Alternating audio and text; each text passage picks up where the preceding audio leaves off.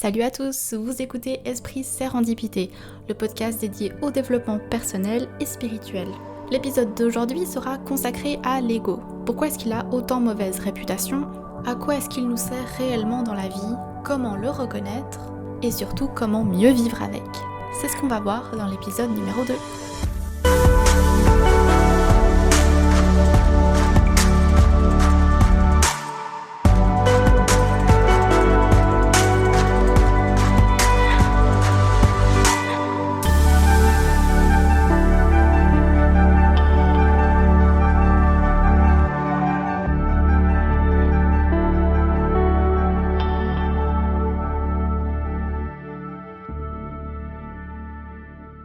On a déjà tous entendu « Oh, lui, il a un ego surdimensionné » ou bien « Ah, c'est l'ego qui parle ».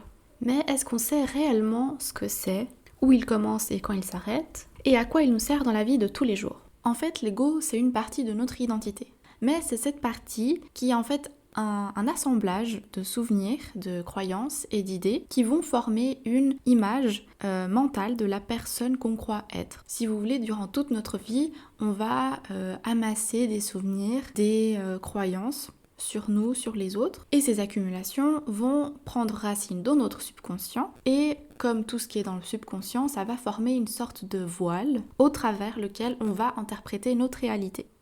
Alors comment va se construire cet ego ? Eh bien en fait, ça commence quand on est enfant. Il faut savoir, quand on est enfant, on est une véritable éponge. On absorbe une énorme quantité d'informations. On va observer nos parents, on va observer les gens à la télé, on va observer notre famille, on va observer les gens à l'extérieur. Parce qu'un enfant, ça va apprendre par l'exemple. Donc il va vraiment y avoir du conditionnement collectif et culturel dès son enfance. C'est pour ça qu'on dit que l'environnement dans lequel un enfant va grandir et évoluer est super important parce qu'il aura un énorme impact sur la personne qui va devenir. Donc finalement, l'ego, c'est une partie de notre identité. C'est ce que l'on croit être, c'est nos croyances, que ce soit les idées auxquelles on se rattache. Donc à chaque fois qu'on s'identifie à quelque chose, à, je sais pas, une religion, un parti politique, une culture, toutes ces identifications à quelque chose vont créer l'ego. C'est vraiment ce qui nous différencie des autres. Oui, donc en soi, c'est pas une mauvaise chose. Vous me direz, ben voilà, on vit dans cette société, ça se passe comme ça, on doit avoir notre propre identité, sinon on n'existe pas. Oui et non. Mais je suis d'accord sur le fait que dans notre société, il est quand même important d'avoir une certaine identité. C'est nécessaire à notre survie et à notre bien-être dans cette société. À condition de ne pas juste nous guider via notre ego dans notre vie de tous les jours, et surtout de reconnaître ses pièges et ses mauvais côtés. C'est-à-dire qu'à chaque fois qu'on essaye d'absolument avoir raison sur un sujet, lorsqu'on est en compétition et qu'on essaie d'être le meilleur, lorsqu'on se compare, lorsqu'on va avoir tendance à se mettre au-dessus des autres, ou bien quand on reçoit une remarque, on le prend vraiment très personnellement contre nous, et au contraire, lorsqu'on reçoit un compliment, on est super content, et ça nous redonne confiance en nous.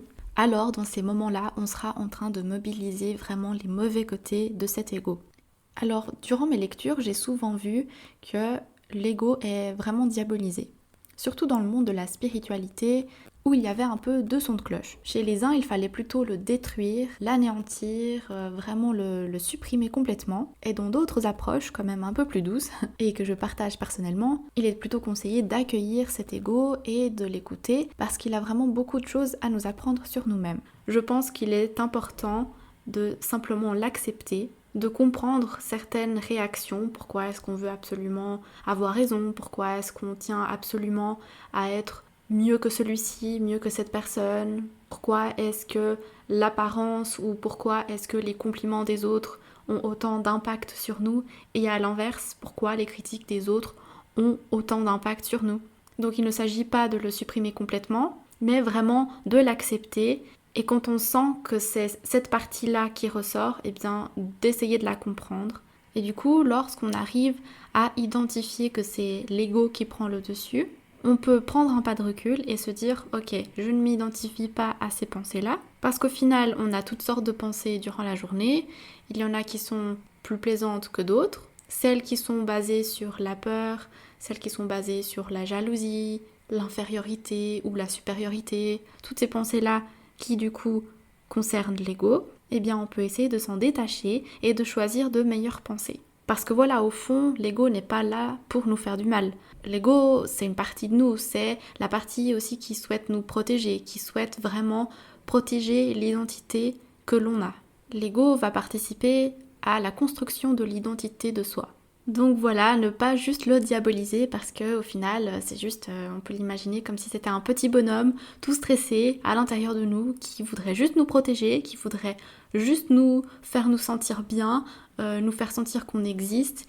Alors voilà, plutôt que de l'empêcher de parler, plutôt que de l'étouffer et d'être en colère contre lui, eh bien simplement l'écouter, comprendre ce qu'il essaye de faire et voir si ce qu'il nous dit est vraiment utile et nous rend service, nous rend plus épanouis. Là où l'ego peut poser problème, c'est parce qu'il s'identifie beaucoup au matériel, aux personnes, il s'identifie beaucoup aux choses extérieures.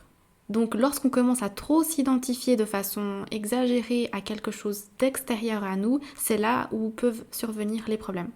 Par exemple, si on accorde trop d'importance à notre carrière professionnelle, si on vit pour être le meilleur dans sa profession, si on vit pour avoir le meilleur diplôme, du moment qu'on construit trop son identité autour de quelque chose qui est extérieur à nous, que ce soit voilà matériel ou une personne, lorsque ces choses-là s'effondrent, si un jour elles s'effondrent, eh bien on se retrouve perdu, on a l'impression de ne plus avoir d'identité parce qu'on s'est trop identifié à ces choses extérieures qui au final ne sont pas nous. Donc c'est là que l'ego peut poser problème, c'est lorsqu'il s'attache trop à ces choses extérieures et qu'il y met trop d'importance et qu'il s'attache à construire notre identité uniquement, et je dis bien uniquement, grâce à ces choses extérieures et qu'il néglige ce que l'on est intérieurement. Si on prend un autre exemple, on a une personne à qui on aimerait absolument plaire. Du moment que cette personne nous fait sentir qu'on n'est pas assez bien, qu'on n'est pas assez intelligent, cultivé, beau ou belle, à nouveau c'est trop s'attacher à ce qu'une personne extérieure pense et du moment que cette personne ne renvoie pas l'image que l'on souhaite qu'elle nous renvoie, ou qu'elle ne nous admire pas, ou qu'elle ne nous complimente pas, ou qu'elle nous ignore en fait complètement, eh bien ça nous fait du mal et directement on va s'identifier à ce que la personne va nous renvoyer comme image. Oh, je suis pas assez intelligent, oh, je suis pas assez drôle, je suis pas assez beau, alors que ça ne nous appartient pas. Et donc l'ego aura tendance à nous montrer notre valeur au travers du regard des autres. Et c'est là qu'il peut être très problématique. Mais du moment que tu sais la valeur que tu as, que tu sais ce que tu apportes aux gens, que tu sais qui tu es réellement, tu peux déjà mieux te détacher de ce que les gens peuvent penser. Tu peux te détacher aussi de ta carrière professionnelle, de tes études, de tes croyances ou encore de ton statut social. Et du moment qu'on prend conscience que c'est la mauvaise partie de l'ego qui est en train de prendre le dessus, eh bien on peut simplement se dire « Ah tiens, ok, est-ce que j'ai vraiment envie de réagir comme ça ? Est-ce que cette attitude me fait me sentir mieux ? Est-ce qu'elle me rend meilleure ? » Et si on voit que la réponse à ces questions est non, eh bien on va simplement se recentrer sur soi, sur son cœur. Et en fait, quand on est vraiment centré sur soi et son cœur, eh bien tout devient beaucoup plus facile à vivre. Et pour être un peu gnangnan, en fait, on est dans l'amour. C'est-à-dire qu'on commence un peu à avoir de la compassion pour nous, aussi de la compassion pour l'autre personne ou pour tout ce qui nous entoure. Et en fait, on se dit, tout va bien. Parce que quand on est dans l'amour, on fait juste notre bien et celui de l'autre. Et donc il n'y a plus de moi et lui, il y a nous, il y a l'humanité, il y a l'univers. Et du coup, vraiment arrêter de toujours tourner autour de nous, de notre ego, du matériel, de la vie des autres, de ce qui est extérieur à nous, du moment où l'on revient au centre et que l'on se dit c'est pas grave, c'est mon ego qui parle, je comprends ce qu'il me dit, mais je vais plutôt choisir d'autres pensées. Et pareil, une fois qu'on a compris que c'est souvent via l'ego qu'on interagit en société par exemple, on comprend aussi que tout le monde agit via son ego et on peut du coup avoir aussi de la compassion pour l'autre personne parce que souvent les gens ils se rendent pas compte. Si on n'a pas un peu cette conscience de soi et cette curiosité à se découvrir soi-même, des fois on se rend pas compte qu'on a un ego et qu'on agit au travers de lui. Donc après c'est super intéressant de voir les gens autour de nous et de voir que souvent ils agissent au travers de leur ego. Donc quand quelqu'un est en train un petit peu de nous rabaisser sans trop le vouloir, on peut se dire ouais, la personne elle est en train d'agir via son ego parce que elle a peut-être justement un sentiment d'infériorité qui lui traîne depuis l'enfance et que du coup son ego essaye de la protéger. Du moment qu'on a vraiment cette nouvelle vision de la vie et de se dire que en fait tout le monde agit via son ego, et bien dès ce moment-là, on va vraiment avoir plus de compassion pour nous-mêmes et pour les autres. On va être aussi plus dans l'acceptation et dans l'amour. Dès qu'on arrive à ce moment-là, l'ego ne peut que disparaître. Parce qu'on n'est plus dans la peur et dans l'insécurité. La gratitude est aussi un très bon outil pour se remettre dans son cœur. Ça, je l'expliquerai dans un autre épisode, mais voilà, du moment qu'on est conscient de ce qu'on est à l'intérieur de nous, de la chance qu'on a d'être en vie, qu'on est reconnaissant pour tout ce qu'il y a autour de nous, eh bien, on ne peut être que dans notre cœur. Et du coup, tout va bien. Parce qu'au fond, est-ce que c'est notre maison, notre voiture, notre emploi ou la personne avec qui on est en couple qui font de nous ce que l'on est, qui forment notre valeur? Bien sûr que non, c'est bien plus profond que ça. Voilà pourquoi l'ego peut poser problème. Donc en conclusion, il n'y a rien de mal à avoir un ego, tout le monde en a un, et il ressort toujours à un moment donné dans notre journée, dans notre vie. Et que ça ne sert à rien de vouloir absolument le détruire ou l'étouffer, il faut simplement savoir le reconnaître et choisir si on veut rester dans la voie de l'ego ou plutôt la voie de l'amour et de l'acceptation. Tiens, allons faire un tour dans la philosophie pour voir ce qu'ils en pensaient à l'époque.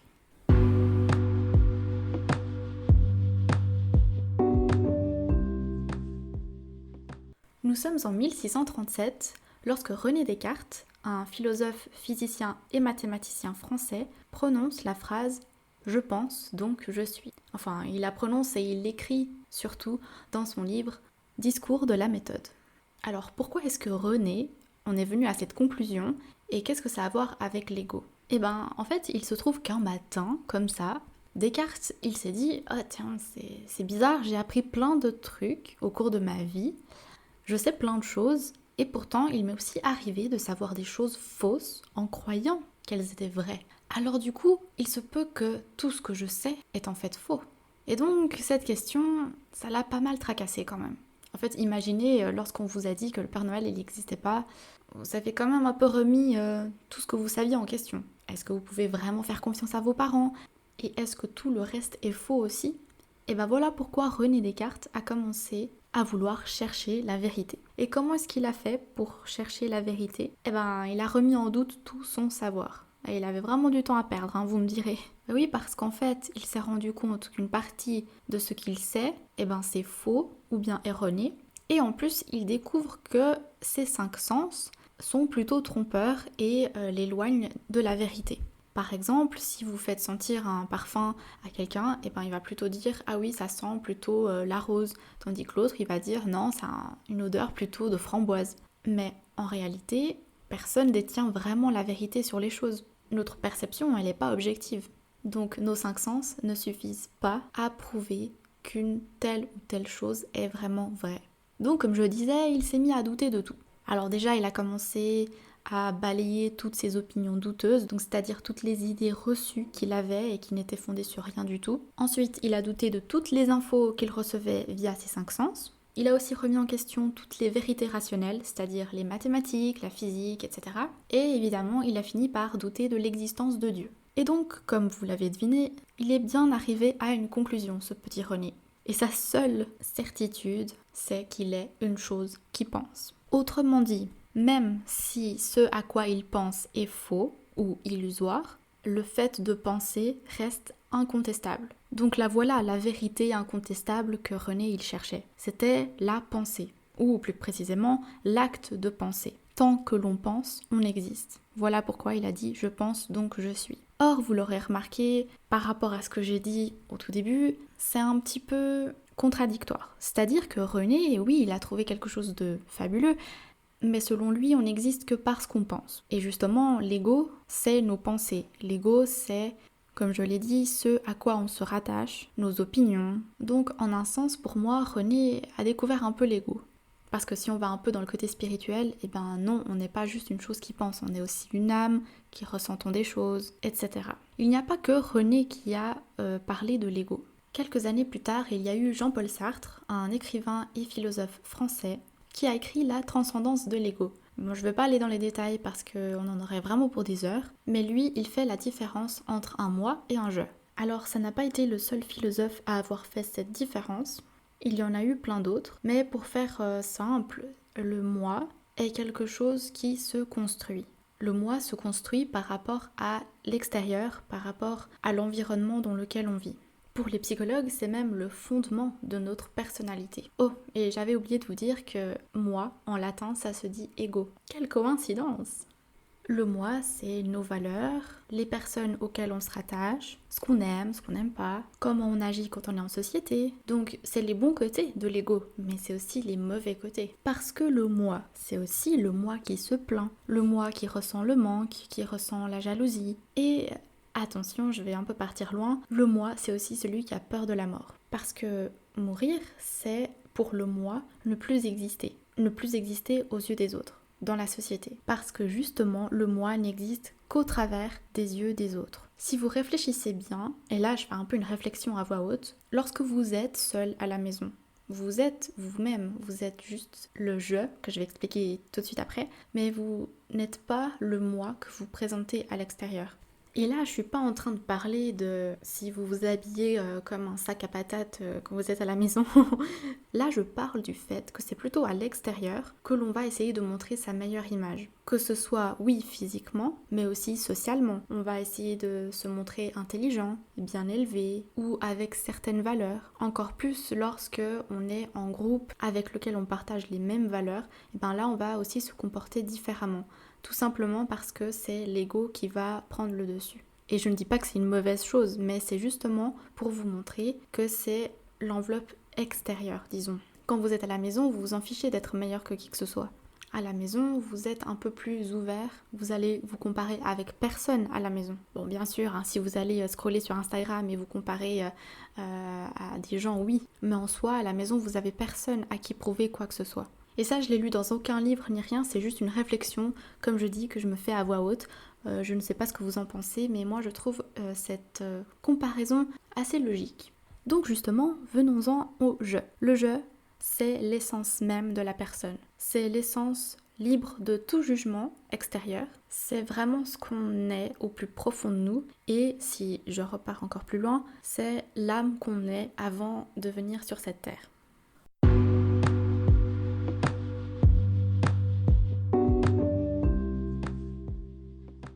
Donc voilà, j'espère que vous avez mieux compris cette distinction entre le vrai soi et l'ego. Je pense qu'on est tous d'accord pour se dire que non, l'ego, il ne faut pas le détruire, il ne faut pas le mettre de côté, parce que l'ego est quand même ce que nous sommes en grande partie, et qu'il faut simplement essayer de prendre ce qui est de bon dans l'ego et laisser de côté tous les mauvais sentiments qui s'y rattachent, comme la culpabilité, la honte, le sentiment de supériorité, et de revenir vraiment un peu à l'essence de nous-mêmes. Et c'est pour ça que la méditation, c'est bien, mais j'en parlerai dans un autre épisode.